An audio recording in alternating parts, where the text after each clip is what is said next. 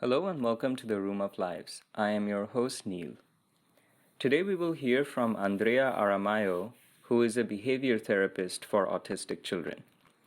This episode is a recording of a talk by her that I organized, where she speaks with a university audience and takes questions. She first shares her trajectory to becoming a therapist for autistic children. Then she describes what autism is through the lens of the kids she works with and the methods she uses to work with them and their parents on their behavior issues.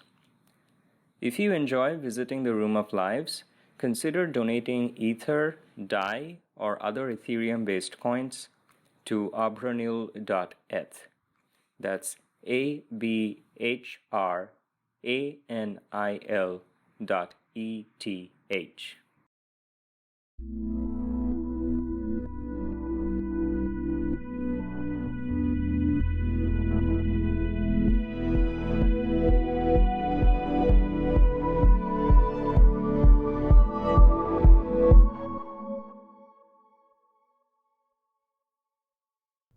Let's see here.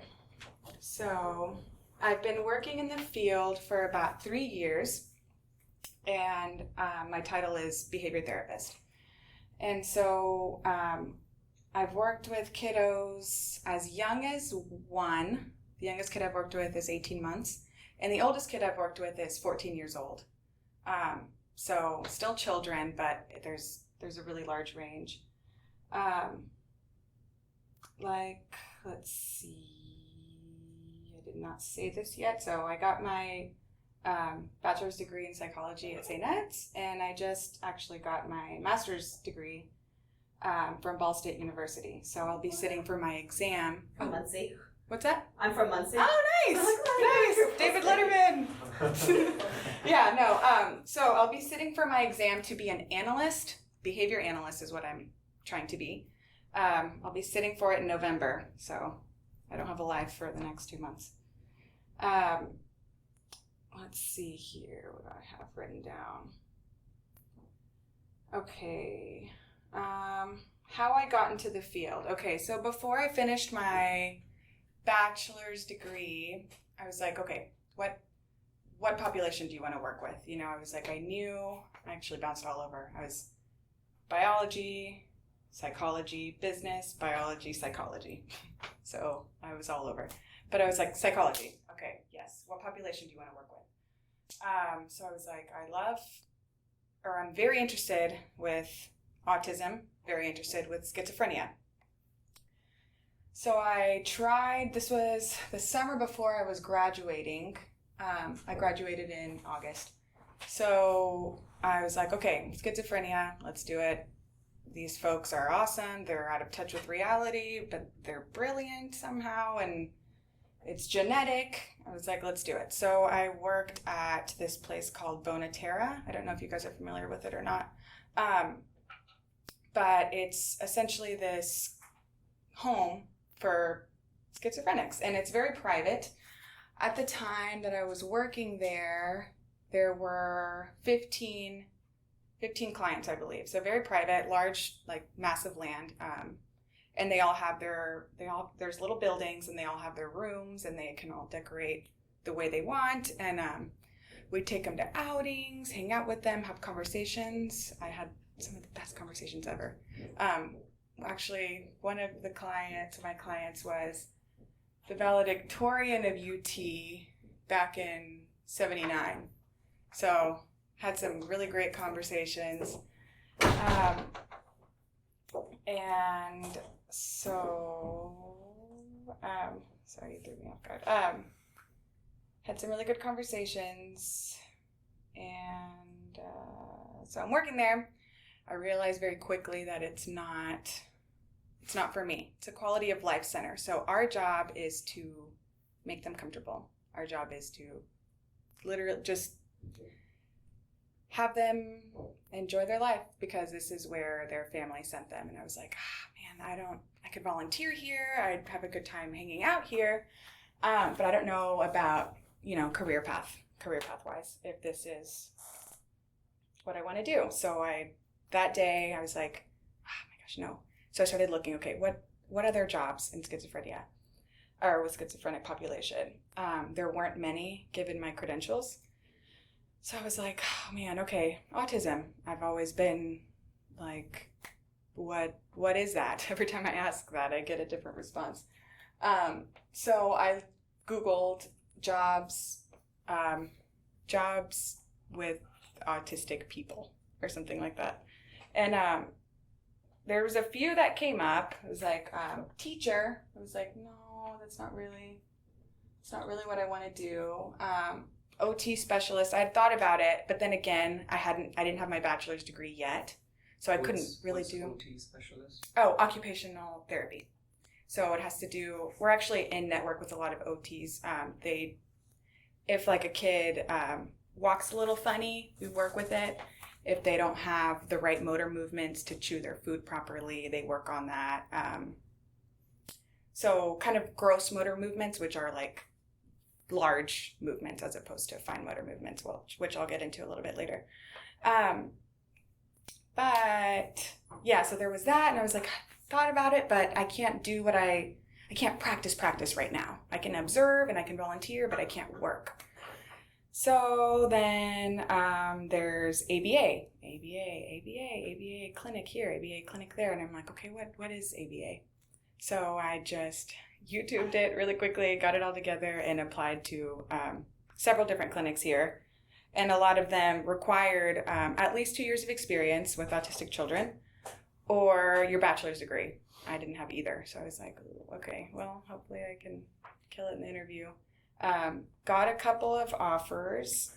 This one happened to pay me the most, so I took it at Children's Autism Center. I'm still there. So I took it, and that was the start of this whole thing. And with a lot of my colleagues and stuff, they stumble into it as well.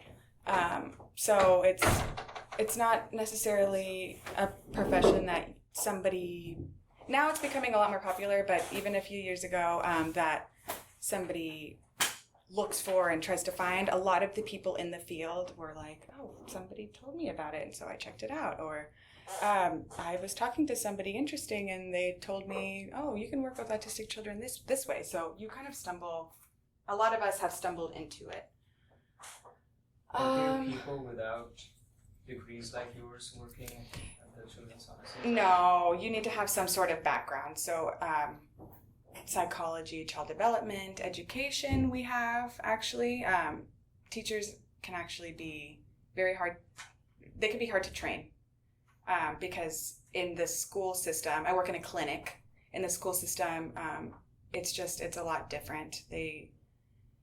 It's hard to communicate between analyst and teacher, and the teacher is dealing with so many other kids that they can't necessarily accommodate, and so at one point I'll do my civic duty, I feel like, to work in the school system, but for now, right now it's a lot, at least for me.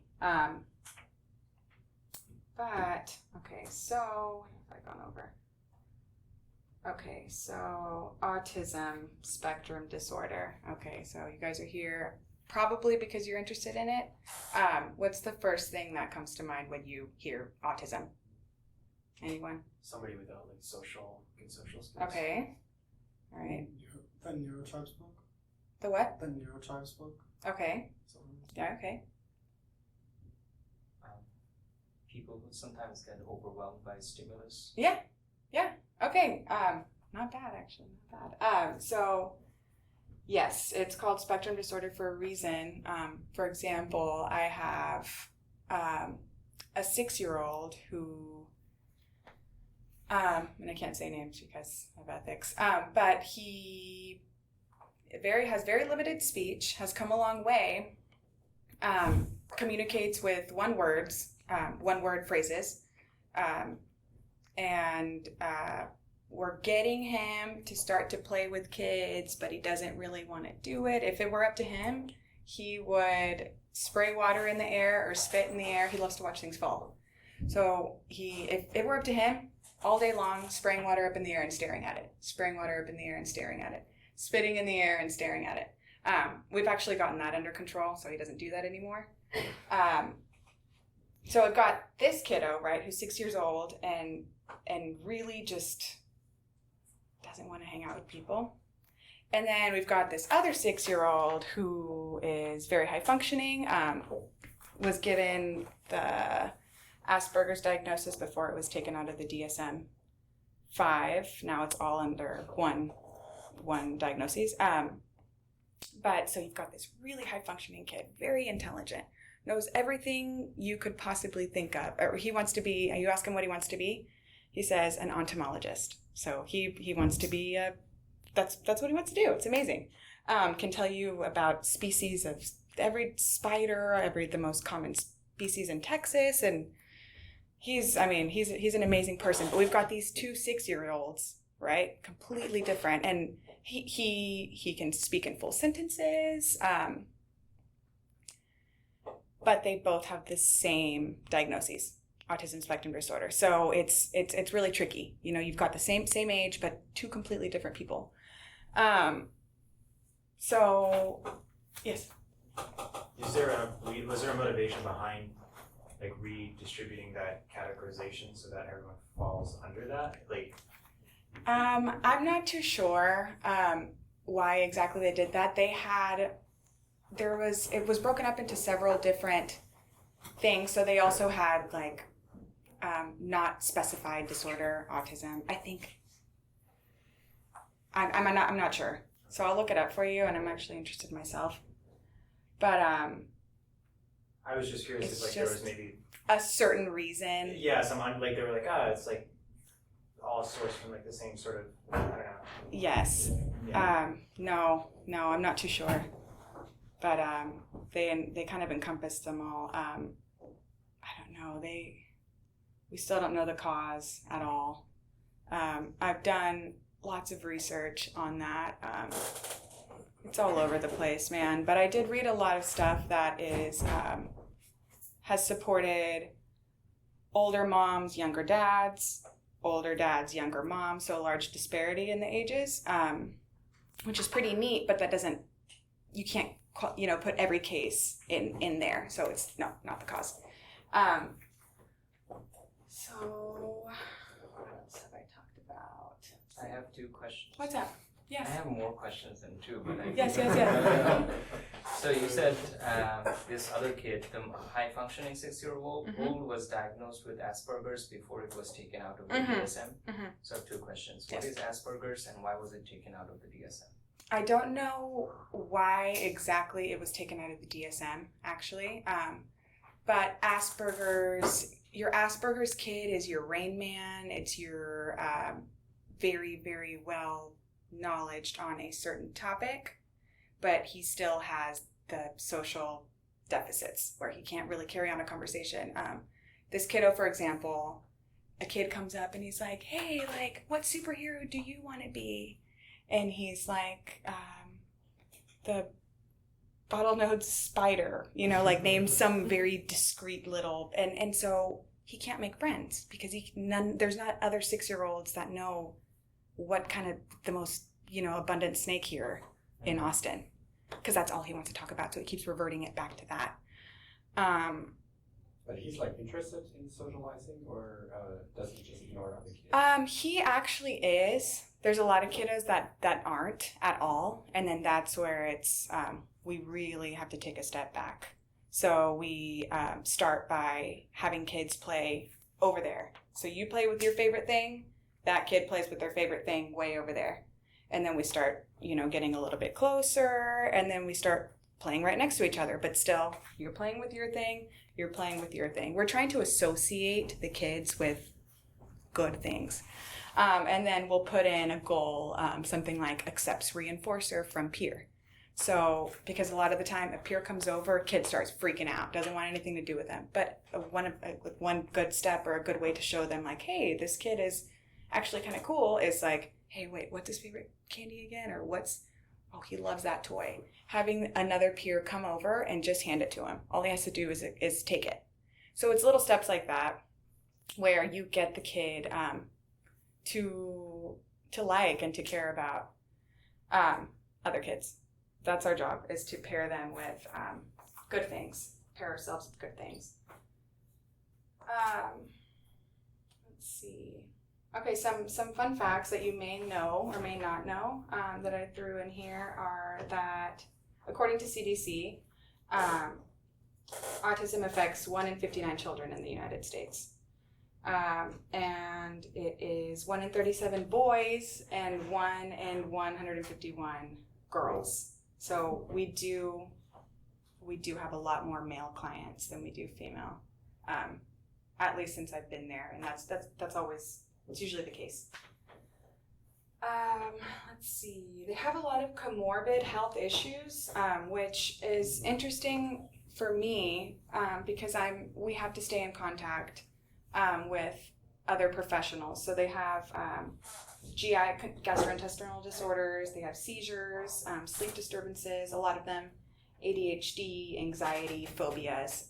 So it's our job it's important for us to say, hey, this isn't my area of expertise. I can't say, you need to go see a neurologist. And then the neurologist and I will, or after I pass my exam, but the neurologist and my supervisor will be in contact and say, hey, these are issues that you need to take into consideration before you apply whatever intervention you may apply. Let's see. It's present from early childhood, so if you don't know, you're born with it. And then the most obvious signs are between 2 and 3, but diagnoses now are being given as early as 18 months. When I started, which was close to between 3.5 and 4 years ago, we would get clients. Our average age client that would come in was 6. We'd just get 6-year-old kiddos, and we dealt with it there, and it was very hard. Because if you think about it, you've got 6 years of behavior that's learned that we have to unlearn that and teach them to do something else. So it's a lot harder. My supervisor she specializes in babies, so the younger kiddos. And so that's been my area for the past year. And everyone's like, oh my gosh, the babies. Oh no, and they're easier. I think they're a lot easier, personally.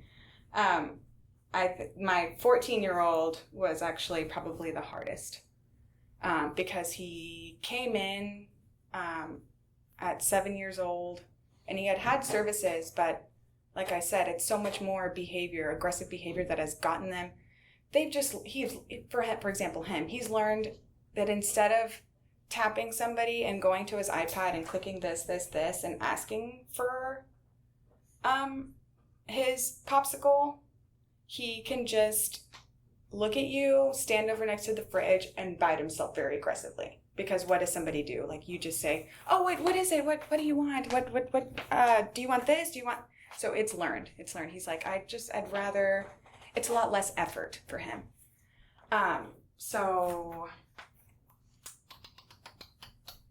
Yes. Okay, so, oh yeah, good thing. Okay, so diagnoses are being given a lot earlier now. Okay, so like I was saying, where I started about 4 years ago, our average kid is 6. Now we're getting a lot of assessments that are, we've got the 18-month-year-olds, we've got the 20-month-year-olds, we've got the 21-month-year-olds, which is amazing. And I think that has a lot to do with, fortunately, the research that has come out that supports early intervention with these kiddos, because doctors, and I'm sure it was part of the culture. I don't think they meant wrong or anything, but there was a very standard, oh, it'll come. Oh, your child is 2 and he's not talking, it'll come. Oh, your child is 3 and he doesn't look at you, no worries, it'll come. It was kind of just the culture. And then a lot of studies were coming out, and it's like, oh wow, if you get your kid an ABA earlier, you get better results, or you get them faster, and that sort of thing. And because of that research, now doctors are, before just saying, oh, please don't worry about it, come back, they're like, oh, red flag. Okay, yeah, let's get you to a specialist, or let me talk to the neurologist and see if we can get you a diagnosis. I have a question about that. Yeah. About 1 in 50 kids today are diagnosed with autism.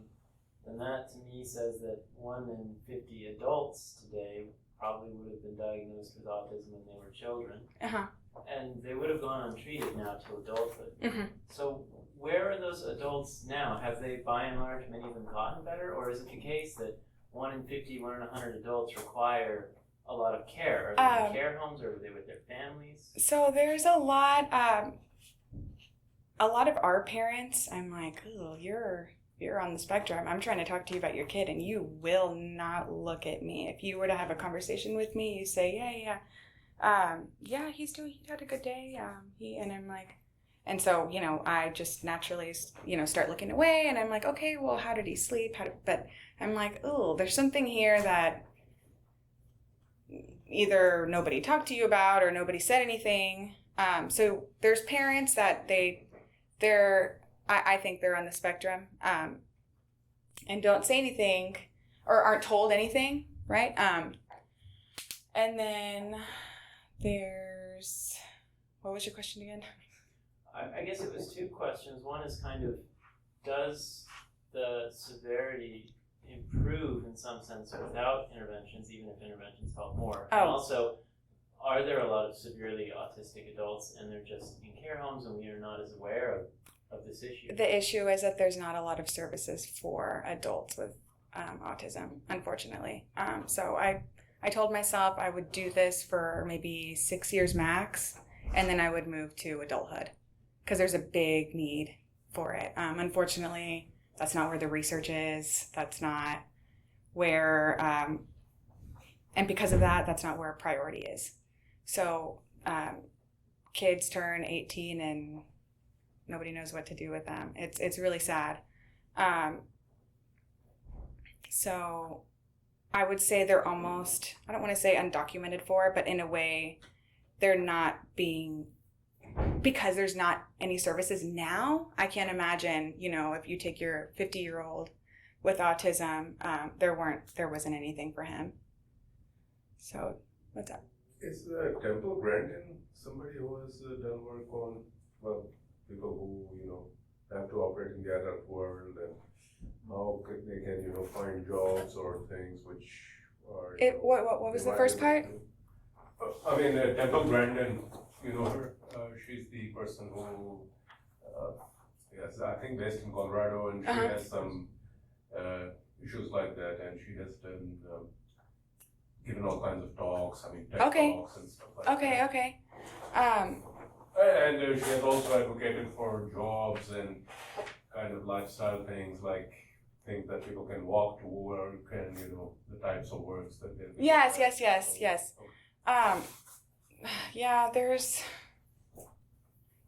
They help them, give them skills to get, your job at Hobby Lobby, that you behind a register, but you learn at least how to kind of people with adults with severe autism will never really be, I shouldn't say that, but it is very unlikely that they'll be 100% independent, paying their bill on time and no, they're going to need assistance. There's homes right now. One of our clients, it's actually really sad. He has very neglectful parents, and we've actually had to make calls to, services to say, hey, I think neglect is happening in the household. I don't know if this kiddo's safe. Like he's a client that would come in. He exited out because he was getting too old. But he is a client where he would come in and we would lift his shirt every day and make sure he didn't have any bruises or anything. But for example, parents, they didn't take the time to understand what autism was. They didn't care. This kid is just, they were like, he doesn't talk to me. All he does is every time I buy him an iPad, he throws it out the window. And they were just very frustrated with him and didn't understand him and didn't take the time to. So when they went home, he would go into his room and just stim, which I'll get into, but it's those repetitive patterns of behavior. So he grabs like a piece of string, like a shoelace or something, and just does this, and he does it all day long. And so we tried to keep him, we actually kept him way longer than we should have because I think our owner had sympathy for the client. But he is now, he's 14, right? And he's not required to go, or there was alternative routes for him, whether it be in-home therapy and stuff like that, but the parents put him in a home. So they just kind of chose to leave him out there. An interesting part is that when they turn 18, they're adults. And our ABA therapy, which I'll get into, for example, if you tell them, hey, you need to clean your room, or hey, you need to put this. Can I lift this? No. Okay. For example, I almost smashed it to the other side. Okay. You tell him, you go, hey, I need you to put this over here, right? He starts flipping out, everything he can do to not do that because he doesn't feel like it, wants to have control of the situation, whatever it is. What we do is, hey, you're not going anywhere. You're not going to get any of these things until you put this over there, right? And we're trying to teach them you need to do these sorts of things. When you're 18 in these sorts of homes, they're adults, right? So you can't make them do anything. You can't have them. So it gets actually very tricky and very hard because you can't have him. You can't force him to go brush his teeth. You can't force him to wash his face. So it gets very difficult, and I think that's why there's not a lot of services, because there's not a lot of services that can prove to be successful. So it's a problem. But like I said, I'm thinking 6 years, and then I'll do that for some time. Let's see. Okay, what is ABA? Really quickly, So our whole science, what we believe, is that there's 4 functions of behavior, right? So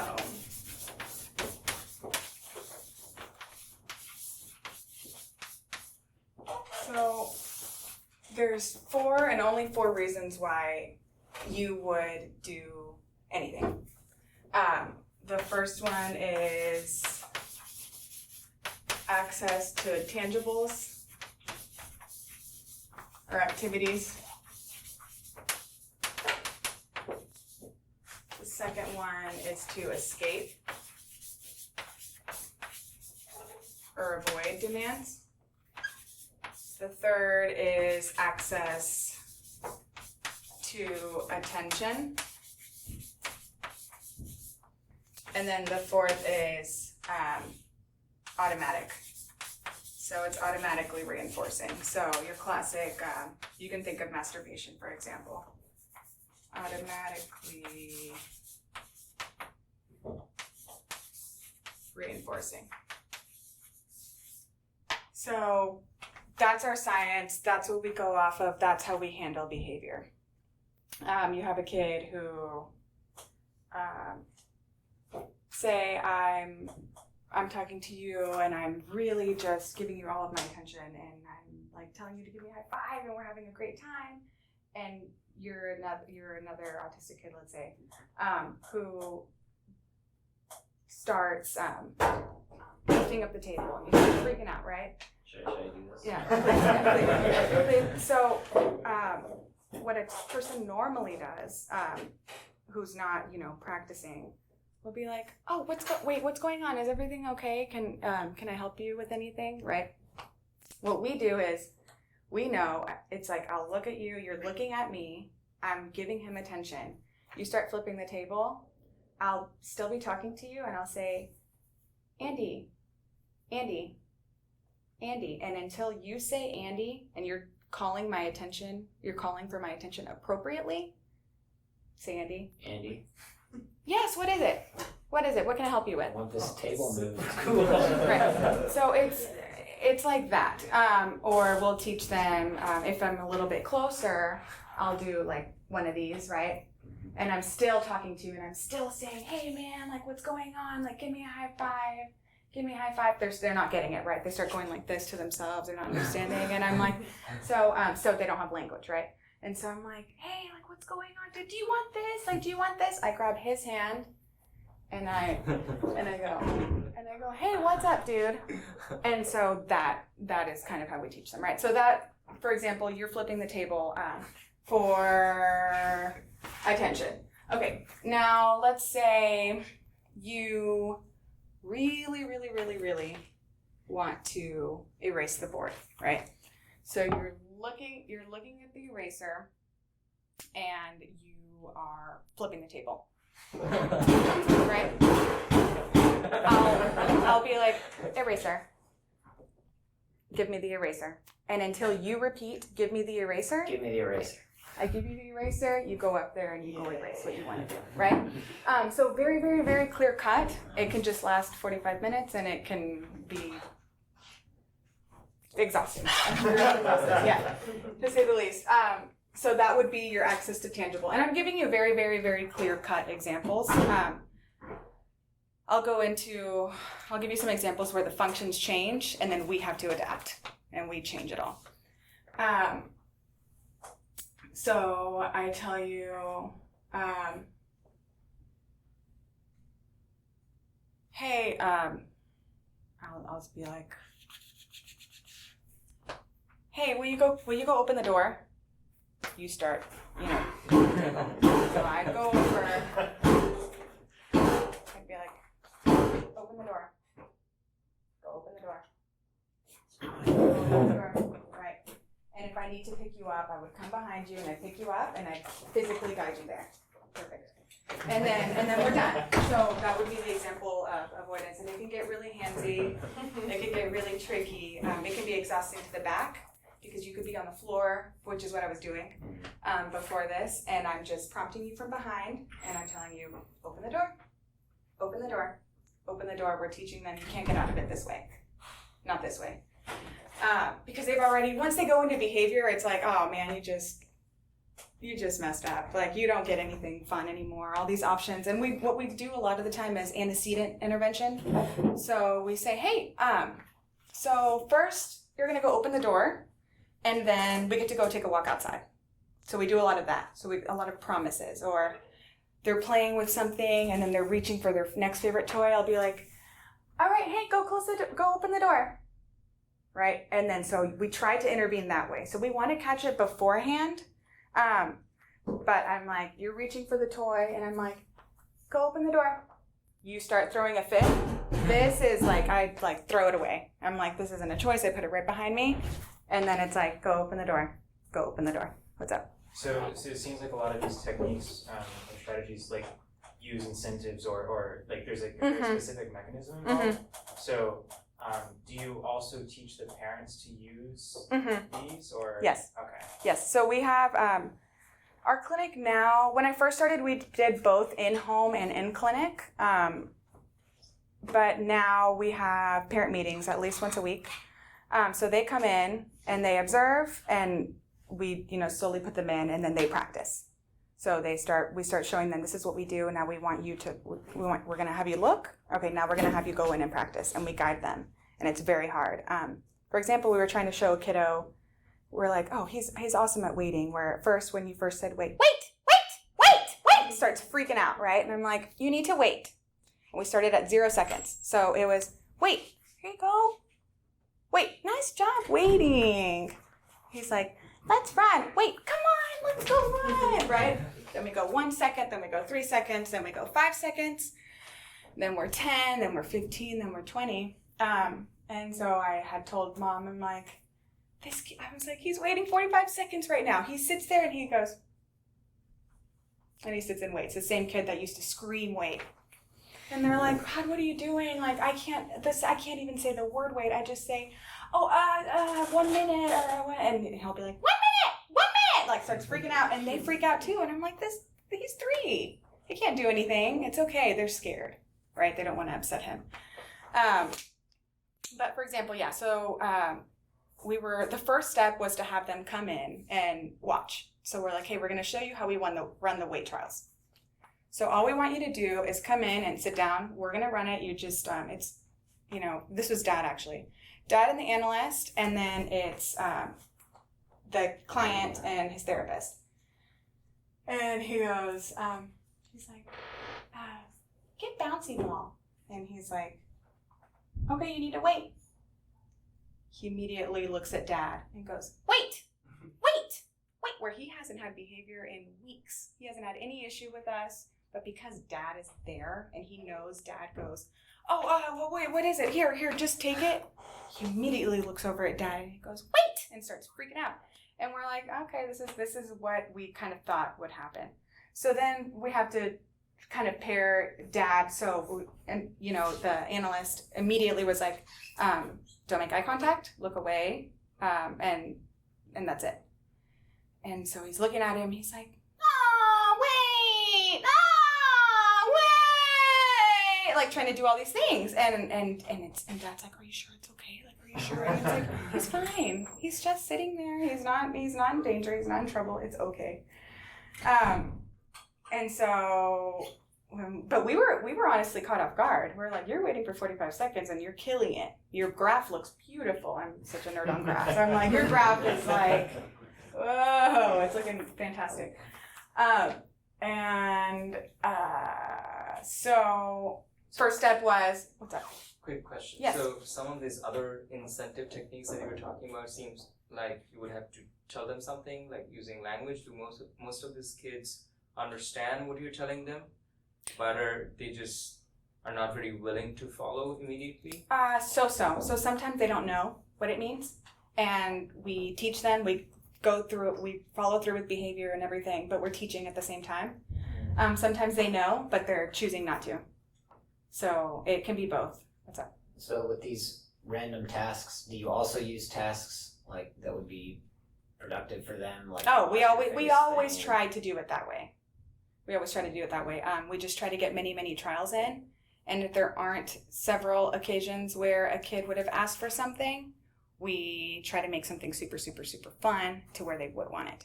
So we always try to go for the most natural occurring thing, right? So, okay, here, push your chair in, or here, okay, here, go put your lunchbox out, right? We try to do it that way, but if, let's say, because they're 2-hour sessions, if at the end of the 2-hour sessions, you only have 3 out of the 5 trials that you need to complete, these kids need practice. If it were up to me, I'd be like 15 trials on everything. But it's a lot. It's a lot. So yes, we try to make it as natural as possible, but if we can't, then we start creating these more contrived situations. But for the most part, we tell therapists, try to make it as natural as possible. And do you typically how do you curate like the types of habits you're trying to instill? Like, is it the same? Do you have like a baseline that you want to establish for all children? Or? Yes, like a client that will come in, like a brand new client. We start off with, so the first step is behavior management. We need to get their behavior under control. The way we do those things are adaptive skills. So that's things like wait, accepting no, transitioning, interrupting, things like that. So that's the first thing that we do whenever a kiddo comes in. And parents are like, we don't say the word. They don't. And so we had a client, and we had dad come in, and we're like, okay, come in. We're gonna practice accepting no because she's doing really well here. She does awesome.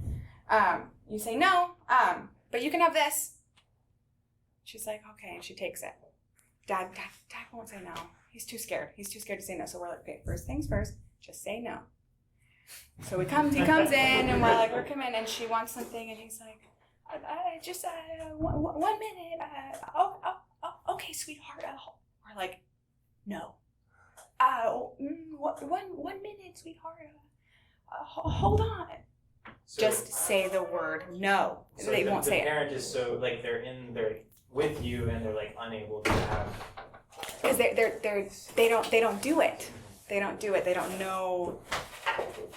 They haven't practiced it. They're scared of the behavior. They're whatever it is. So I guess in the example you gave where like the dad came in, all of a sudden like the old behavior, like the child reverted to that, knowing that would be effective on the dad. The wait. Yeah, this is a different client. Yeah, so, the wait. So how how much are you able to generalize this behavior for new people? Like, do they realize that, like, you know, most random people, like in a grocery store or something, if they start to bite their arm, will likely just react and not have this same measured response? Yeah, so we try to promote generalization, and the way we do that is having these 2-hour sessions. So they have already 3 different people on Monday, Wednesday, okay. Friday, and they have 3 other different people on Tuesday and Thursday. So we've already gotten it across 2, 4, 6, 8, 10 different people, right?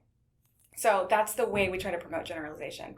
And then we do it in one room, and then we go to another room, and that's how we're promoting generalization in settings. And then we have parents come in, but that also has to do with generalization across people. So it kind of comes in that way. So the first step, we were like, oh, we're not, because we were going to have dad practice saying wait. We couldn't do that. We were like, you know what, we'll save this for next week. Right now, all we need you to do is sit there, say wait, and him tolerate you being around. The next one will be him saying wait. And every time he has behavior, it goes, wait, he goes, you need to wait. And he does it again. And you start the timer back over again. So it's like, it kind of works like that. I have a question. You're giving a lot of examples of how the behavior gets reinforced by parents who sort of give in to the child, or they're trying to take care of the child and they're not getting hurt, respond to their tantrums. What kinds of problems arise if the parents are actually kind of the other way around, if they punish the child a lot for these kinds of behaviors? Obviously, this could get into abusive situations. Yes. I'm just curious. You know. Yes. I'll say that doesn't happen very often because parents just tend to be very scared of the kid's behavior. They're like, oh, he grabbed my arm. I'm like, this kid's too. He didn't, he can't really hurt you. But then we had a parent who, she's been very interesting to work with. It's actually the mother of the client that I was telling to stand up, and early, at the very beginning, which is why I was late. Stand up. And it's not her fault, but she does not know what autism is. She doesn't get it. I've tried to explain it to her in layman's terms. We've given her literature. We've given her support groups and everything that we can.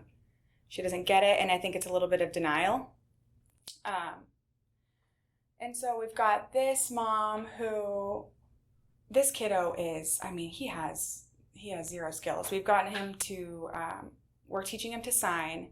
He makes eye contact to request for things right now. He has no language. So the way he wants something is you're holding something and he just looks at you. But that's amazing, because when he first got here, it was all, what he likes to do is rock.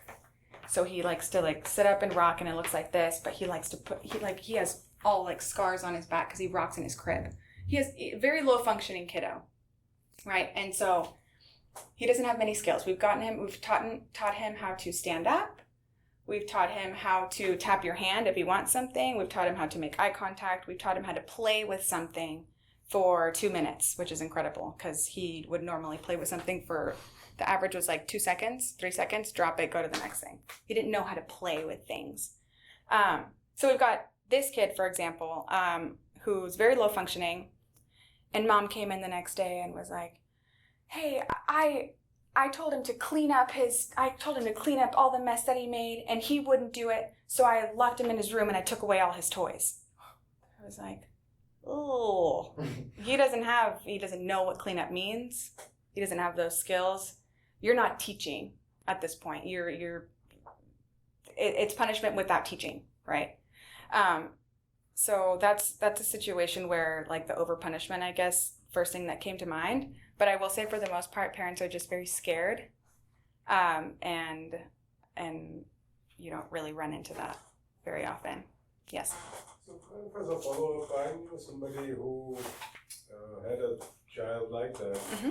And they made great sacrifices, and they moved to Dallas to put him into a school where he could go. Apparently, there are very few of such schools.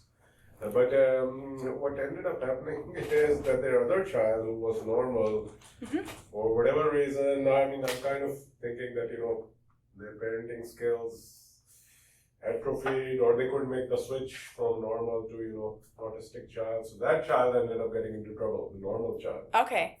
So I'm just wondering, is there any literature on that, or is this like a studied problem, or how do parents manage, Yes. dealing with a child like that to dealing with one who's, It's actually funny that you say that. I'm thinking of the siblings, or of my clients personally, where their siblings are typical, and they get into trouble.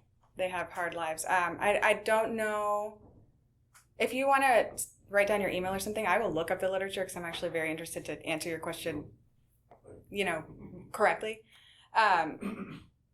But yeah, I think they tend to give in because these kids are smart and they push, and they know they keep pushing until the parent gives in.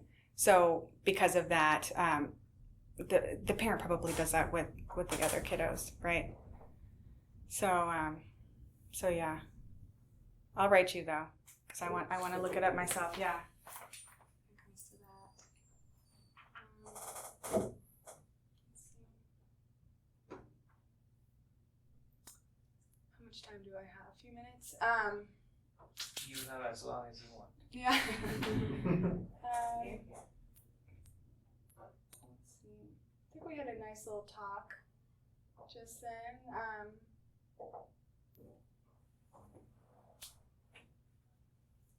I don't know if there's one thing that I ask that you take from this whole thing is just to continue to ask questions and continue to, you'd be raising awareness in that sort of way. The fact that we were getting clients at 6 years old just 3-4 years ago, and now we're getting 18-month-year-olds is amazing. That's because it's not a shift. It's a shift in everything. It's a shift in medical, right? So doctors had to adjust, and doctors had to change, and so there's a lot of things, but a lot of it has to do with people just asking, what is it? And it's okay that your kid has autism now. Now what do we do? Because we have many clients where mom's on board, dad won't come in, dad won't make eye contact, dad won't look, dad doesn't think he should be here. He's fine. I'm thinking one of my clients. He's just a little boy. He's 2.5. Yes, he's 2.5. He's little.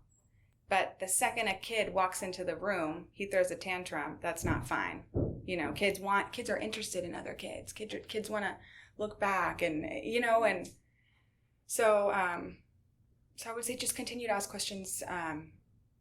That would be my, I guess, only request from you guys. Just to keep it up and just keep making it okay, so that more research comes out and so that parents feel okay to talk about it, because it's an issue, even with families of different cultures.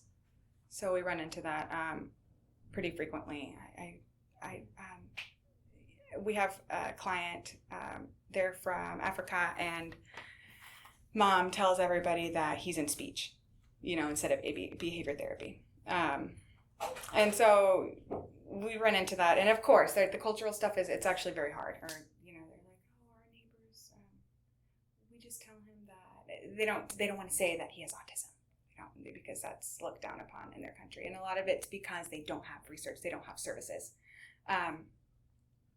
Yeah. So what's up?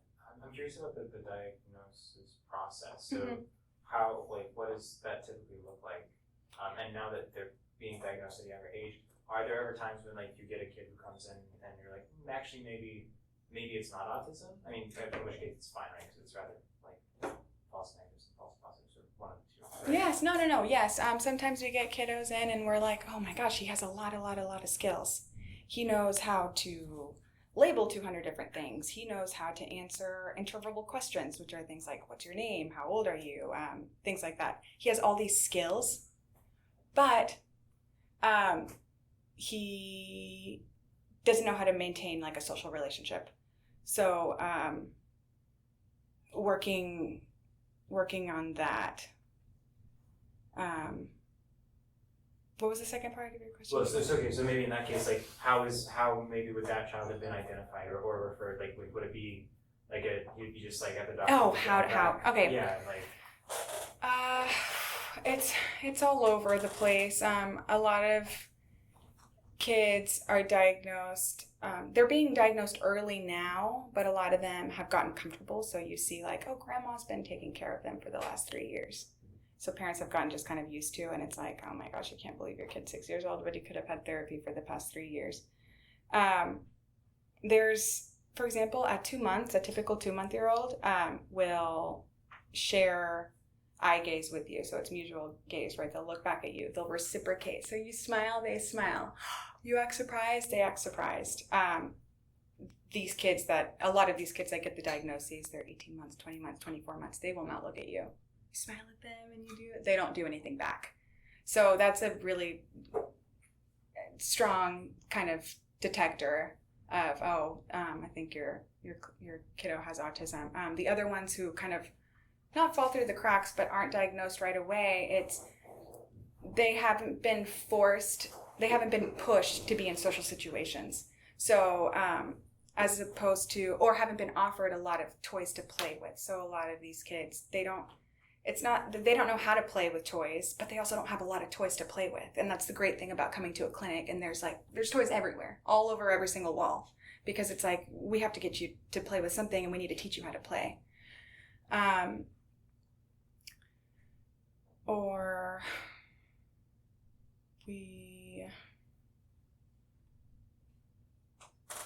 they'll come in and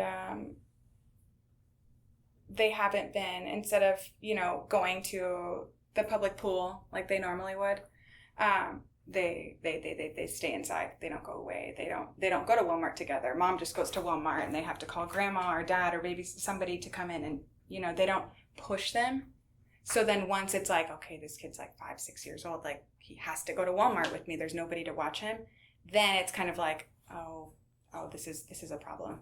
He can't stand to be around people. He can't stand to, I wanted to take him to a birthday party, but he bit the birthday boy, and now I don't ever want to go back.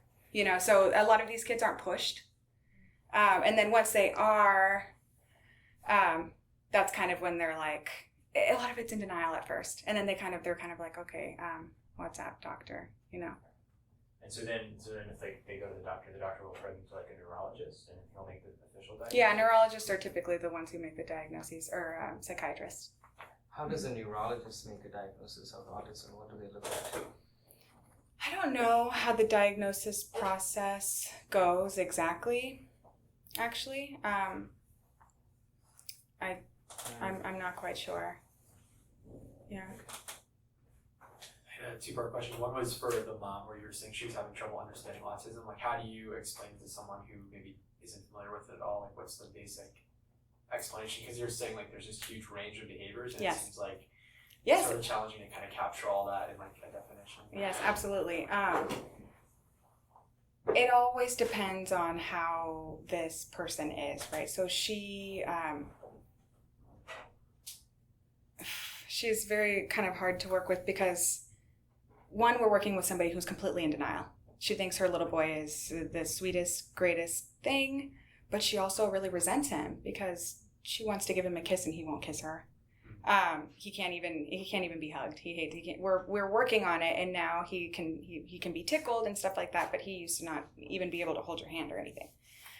So this is a parent, for example, where we tried, he's going to need support for the next couple of years, and mom is like, he's going to need ABA probably for the rest of his life, I would say, or some sort of support system.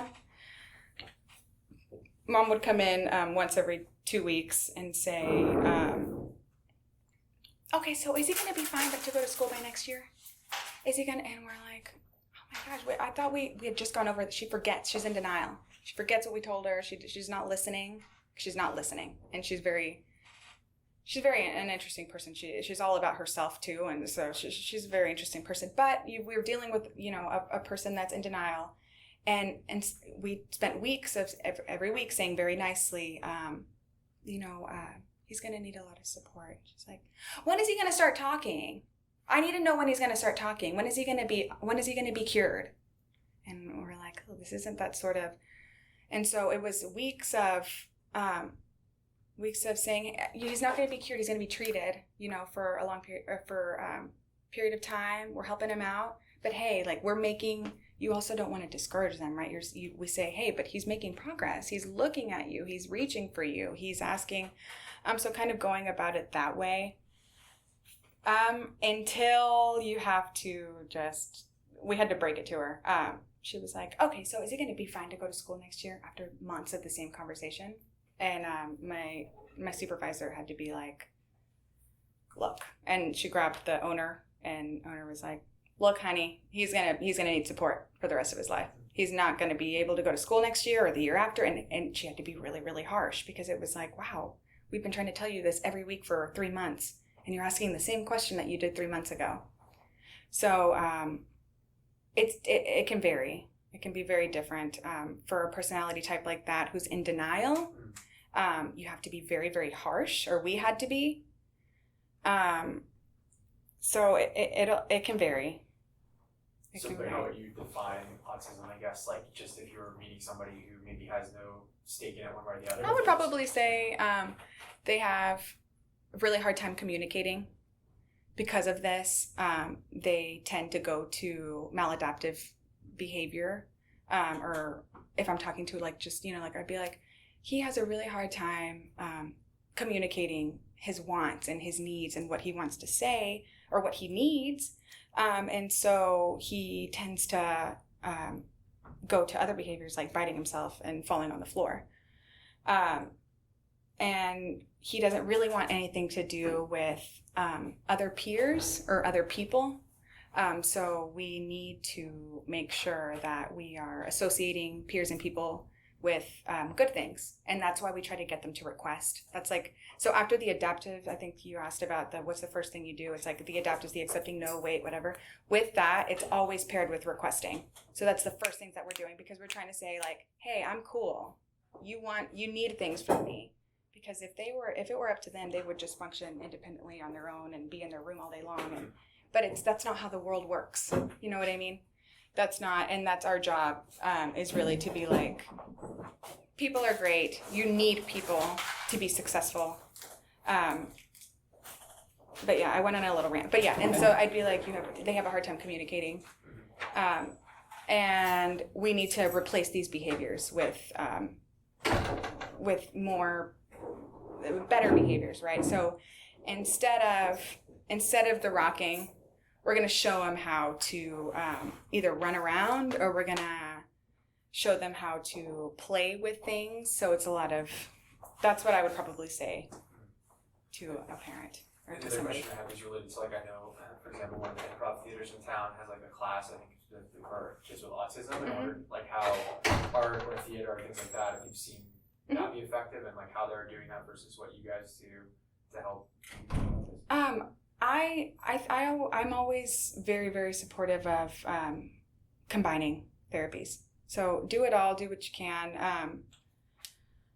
It's just not, some parents are great. Some parents are amazing and they try everything, and they've tried this diet and they tried this, and they're in OT and they're in speech and they're in behavior, but a lot of parents don't know what to do. So it's my job to support scientifically kind of proven therapy. There's a parent that came in talking about how she's trying aromatherapy with him. And I'm not going to say that hasn't been proven to work. Right. What I'll say is, okay, all right, have you seen any changes? No, not yet. Okay, well, and we won't practice them here in the clinic, right? But let me know how it goes. I support you. How's this new scent? Did he sleep better? He did? Okay, great. Right, so we're very supportive. We're not going to say don't do that. We'll be very supportive, but it's important for us to know, so we're mindful of the sorts of things that are happening. But do you feel like art and theater would fall into that category of like using sense? Is it that far away from actually being beneficial, or is it actually helpful, similar to what you guys are doing? I think it would be very helpful, because there's a lot of aspects in that to where, so for example, like taking just like the art or the therapy or the theater, for example, you're you're exposing them to social situations, which is essentially what we're doing, right? So I completely support it. Alone, I don't know. You know what I mean? So it's like pair it with something else. Pair it with ABA. Pair it with in-home therapy. Pair it with something else. Is kind of how I would go about it. It sounds like the parents like need to play a pretty integral role. Do you have like a formal setting where you try and explain like sort of the paradigm you use, or like some of the techniques and why, and like how much time are you teaching the adults? Not enough time. They'll come in. It's kind of a funny classic little, it's insurance, kind of, it runs by insurance, right? So insurance requires at least 1 hour, or they are only required once a month. But it's like, no, this parent needs to come in more than once a month. So then that's where it gets kind of tricky for us. And if we feel like we need to provide more therapy, then we will. But then that gets kind of tricky because it goes into relationships, like exploitative relationships where you're kind of helping where you shouldn't be. It's a professional thing. But they come in, most of them come in an hour a week. They come in, we let them know how they're doing. We want to know how they're doing at home. And we have to take steps. So sometimes they come in and look. Sometimes they can come in right off the bat and jump in and model what we're doing because they're very responsive. Sometimes they don't take our feedback. And so we're sitting there like, okay, wait till he looks at you. Kid's like this, and she's like, bubbles. And we're like, you need to wait, just hold on, just wait until he makes eye contact with you and then go.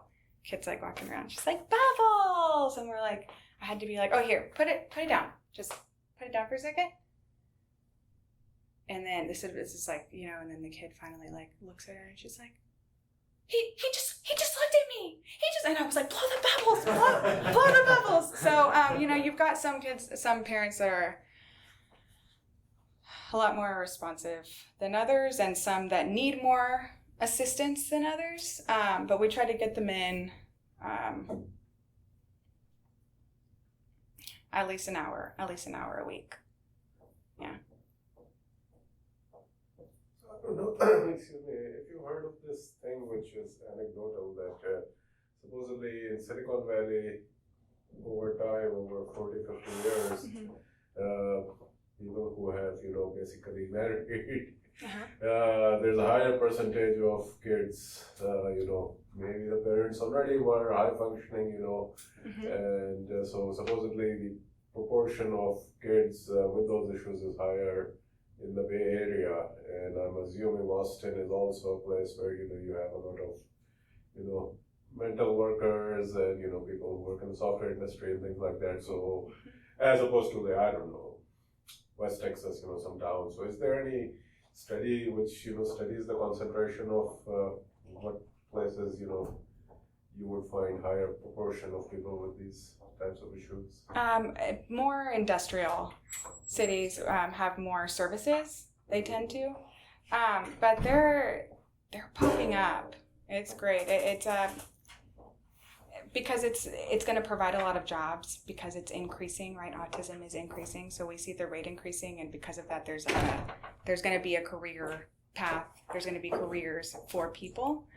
So they're popping up. But I mean, if you, for example, I can't give you statistics of like number of clinics here and compared to like some podunk city in Montana or something, right? But it's a lot less.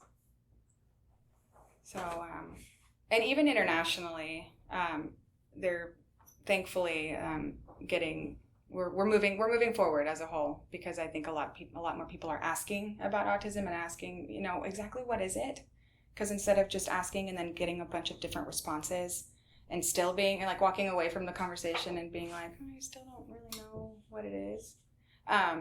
People are, but why? But what is that? What would you tell a parent? I don't really get it because of all those questions. I think people are doing more research and then creating more clinics in cities that didn't, not even 5 years ago. This is the second Molotov seminar on autism, and the first one was given by an autistic kid. That's amazing. Yeah, but I mean, That's it's amazing. like,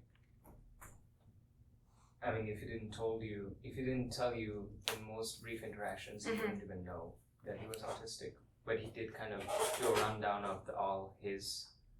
Did he kind of go into sensory and stuff like Yeah, that? that's the first time I learned about what stimming is. We were in the same class together. It was the meditation class. It was Manuel Diaz. I don't know if you remember. Anyway, he sat in the back. One time I noticed him in class. He was like, "Oh, I can't deal with this." Whatever. Anyway, but he is a member of this group called Texas Neurodiversity. Okay. He's the author of a blog called Neurodivergencia Latina. Okay. And he has like he's very well connected to a lot of people. It was the most, the turnout was the biggest among all Molotov seminars. Amazing. I started finding posters for this Molotov seminar that I hadn't put up Yeah. around campus in the psychology building. And I go, okay, this guy's gonna be good for Molotov. Anyway, Amazing. I asked him to come to this. I don't think he got the message in time. Okay. Anyway, I was just. I wish he would have. Yeah. Yeah, I've seen a few because I go to the conferences each year, and so I've seen some. Actually, one speech given by a guy with autism that he's gotten a lot better, but that was huge for him to go in front of a room of like 200, 250 people and give a speech was, I cried the whole time. But yeah, no, that's amazing. It's amazing. I wish I could have made it. What is stemming? Stemming, so it's repetitive behaviors, patterns of a lot of people with autism, sorry, my allergies, have this quality or characteristic, and a few stems, like, so I'm thinking of my clients, right? One of my clients does this all day long, and he finds it very, very, very reinforcing. There's a study that I read a couple years ago that would equate it to masturbation, which is very interesting. So that's always, to me, I've always been interested in that part, and man, it's very, very hard to compete with. It's very hard to intervene because it's automatically reinforcing, right? So we try to give them replacement behaviors. So instead of doing this, we'll be like, here, try this, right? So it's a lot more socially acceptable. We're like, but you still have an outlet. For example, another kid loves to, one of the kids that came in just spitting left and right because he loved to watch things fall, right? So he's like hugs a loogie and then just like stays there, and he looks at it like this, like he'll just be like, and I'm like, what are you feeling? What could you possibly, you're in bliss right now. So we'll give him the replacement behavior of like, he'll do that and we'll be like, here, we'll give him a spray bottle with water in it. We'll be like, here, spray it. So instead of doing that, we'll block that and then quickly go into that. And so then that's sort of the replacement behavior because that's a lot better than spitting and then staring at it. And then we fade it out. So then it's like, okay, instead of doing this every single time you do it, now you get to work for it. So now you get to, you have to earn your tokens or do whatever it is, do this amount of steps, and then you can get this. And then it's like, oh, no, we can't work for this, but you can work for this. And so it's kind of like replacement behavior, and then kind of fading it back. But yeah, it's repetitive behavior. So in that process, would you ever run into a problem where they would revert back to the original behavior? Like, so like once you're like withholding the object that's not replacing it, you're like, oh, screw that, let's go spit. Yes. Are there any research into drugs or that kind of intervention that is being worked at? Not specifically for autism, no. Pharma. No. A lot of kiddos have ADHD, and so they're given that. We personally advise to hold off as long as possible.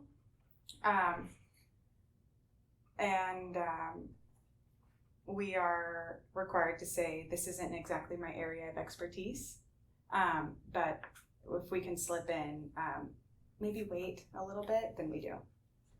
Just to see, let's see if this works without meds first. But specifically for autism, is there a medicine? No. I was gonna ask you about and I didn't answer. oh, sorry.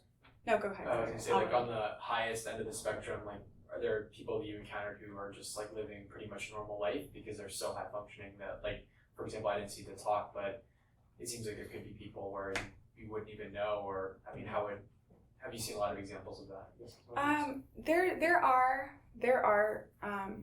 There are a few. I mean, I had one client, we got him out in 2 years, which is amazing. And he came in, I mean, it's not like he was very low functioning, but he did this all day long. He just wanted to walk everywhere. Anytime you'd present kids or you'd say, here, we're gonna go play tag with our friends, he would just break down, right? Didn't know, wasn't talking quite yet. He'd just be like, and in 2 years, we got him talking. We got him talking in full sentences. We got him playing with friends. We used because he didn't want anything to do with them. Because he didn't know, and it's not exactly, yes, they're a lot, but he also doesn't know what to do with them. So we would have him watch. So we'd be like, hey, you can either go play tag, or you can sit and watch. He'd be like, sit and watch. He's like, as long as I don't have to go in there. And then he starts watching, and he starts learning, this kid tags this kid, and they play here, and then they start laughing, and then they go, and so then over time, he would be like, he'd stand up, and I'd be like, come on, let's go play. And he, I love him so much. And he, after 2 years of intense therapy, so 40 hours a week, no school, mom's a teacher, and so she was like, I really want him to go to school, and we were like, give us 1 year. Give us 1 year with him full time, including summer, everything, and then you can take him. And he's in gen ed now, where he was supposed to be put in. They were planning on special ed.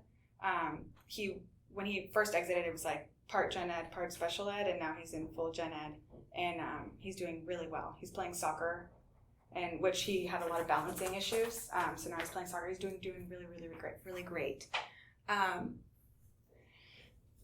The spectrum really is so wide that I can't say that. Yeah, there's tons of these cases. I will say though that the earlier that they get intervention, the likelihood of them being successful or independent is much higher. Yeah, because I was thinking about people you might encounter at work or something where this person is difficult, but maybe they're on the spectrum and people don't know, or maybe they were never diagnosed and you just think they're a difficult person, but they have some kind of challenge that maybe we're not aware of. Yeah. And I mean, they've either done a good way of, they've been taught how to deal with it, cope with it. They've learned. They've learned that, doing certain things is socially awkward, so they've been taught to do something maybe a little bit less socially awkward or something like that. Yeah. So it sounds like interacting with peers is a pretty integral part of the therapy. Where are you getting the other kids? So there's some that are more higher functioning than others. Okay. And so they tend to be not separated, but they tend to play with each other. But every once in a while, if there's a kiddo that's a little bit higher functioning, has more language, we'll be like, can we use you for a few minutes? And we'll play and kind of work that way. And then that kiddo who has a lot of language, and this one doesn't, can still learn by tapping the kid, and it's a little bit harder because the kid's not always going to respond right away, right? And so this kind of models the behavior of a kid who wouldn't respond right away, so we can teach him that way. You'd still benefit from each other. So it's mostly all kids in the program that are interacting? Yes. Okay. Yes. It's all kids in the program, or in therapy.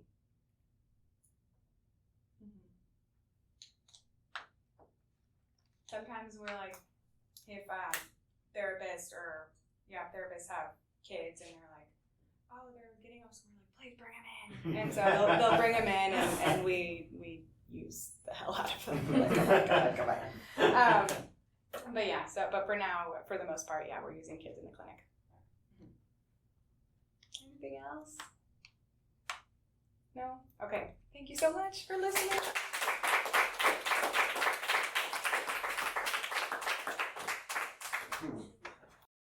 Thanks for visiting us today in the Room of Lives. Take care until I see you next time.